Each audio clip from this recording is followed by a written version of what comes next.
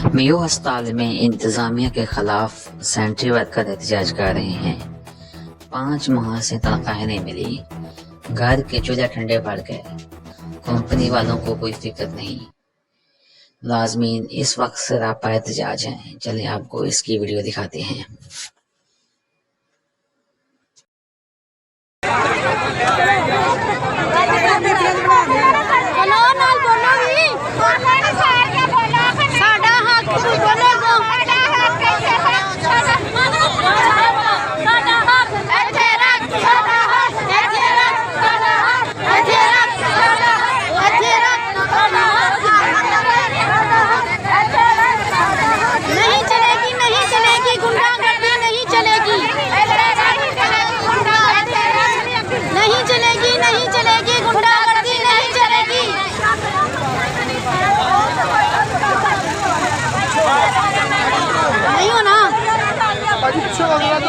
नहीं जाना भैया, उल्टा जाओ,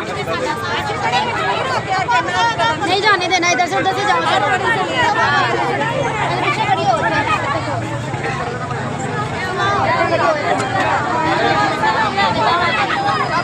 सर जी 25 का वादा किया, अभी तक नहीं दी इन्होंने।